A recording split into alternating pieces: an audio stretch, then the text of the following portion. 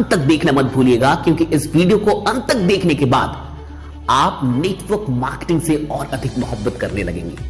और अगर आपने किसी भी गेस्ट को, किसी भी प्रोस्पेक्ट को यह बात समझा दी, तो फिर वो नेटवर्क मार्केटिंग से नफरत नहीं कर पाएगा, क्योंकि ये बात ही कुछ ऐसी है। अगर सीधे शब्दों में बात की जाए कि नेटवर्क मार्केटिंग आखिरकार क्या है, तो बड़ी ही आसान तरीके से कहा जा सकता है कि नेटवर्क मार्केटिंग एक फॉर्म ऑफ डिस्ट्रीब्यूशन है। जी हां, यानी कि डिस्ट्रीब्यूशन का एक तरीका है जिसके जरिए आप अपनी उत्पाद और सेवाओं को लोगों तक पहुंचाते हैं।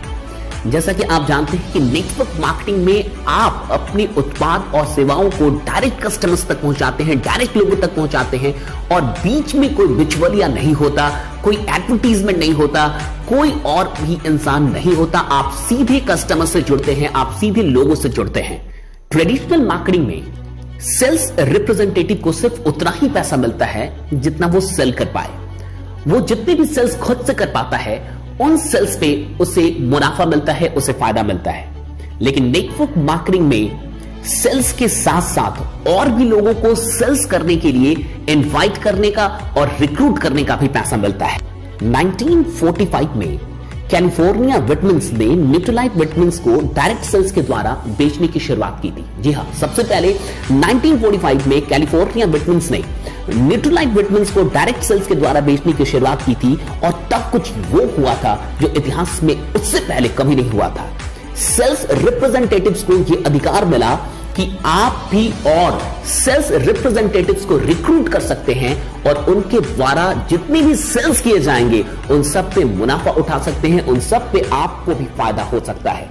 इससे पहले ऐसा कभी नहीं हुआ था, क्योंकि तब तक किसी भी इंसान को रिक्रूट करने का अधिकार सिर्फ और सिर्फ कंपनियों के पास था, सिर्फ और सिर्फ कंपनियों के मालिकों के पास था।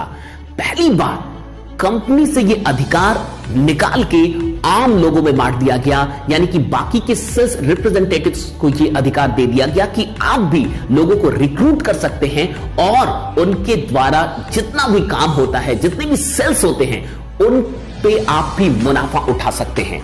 इतिहास में यह पहली बार था जब हर एक इंसान अपने आप में एक कंपनी बन गया था। आप खुद सोचिए कि कंपनी का मतलब क्या होता है। कंपनी का मतलब होता है कि आप रिक्रूट कर सकते हैं। अगर आप किसी भी कंपनी के मालिक हैं, तो आप लोगों को रिक्रूट करने का अधिकार रखते हैं, और आप जितने भी लोगों को रिक्रूट करेंगे उन सब के काम का फायदा आपको होता है।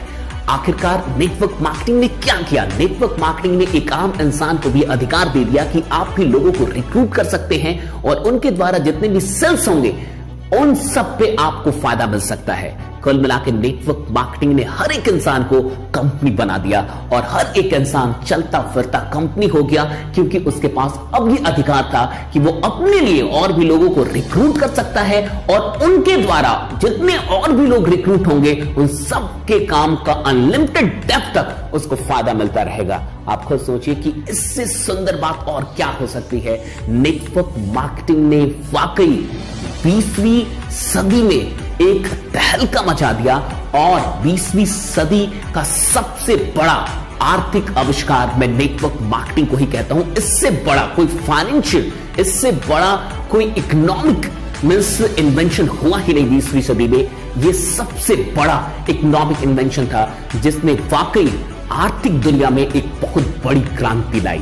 आज भी नेटवर्क मार्केटिंग से जितने भी लोग जुड़ रहे हैं उन्हें यह बात समझना चाहिए। आप और भी लोगों को यह बात समझाइए कि बाकी जगहों पे ट्रेडिशनल मार्केटिंग में आप सिर्फ और सिर्फ एक एम्प्लॉय होते हैं, लेकिन नेटवर्क मार्केटिंग के अंदर आप सिर्फ और सिर्फ एम्प्लॉय नहीं होते, बल्कि आप खुद ही कंपनी होते हैं। आप जहां से शुरू होते हैं वहां से एक कंपनी शुरू हो जाती है। आज की वीडियो में सिर्फ इतना ही। अगर ये वीडियो आपको अच्छी लगे तो लाइक करना मत भूलिएगा, सब्सक्राइब करना इस चैनल को मत भूलिएगा, और भी लोगों के साथ शेयर कीजिए। मिलते हैं जल्द ही अगली वीडियो में। तब तक अपना ख्याल रखिए, लगे रहिए, जमे रहिए। जीत आपकी सुनिश्चित है।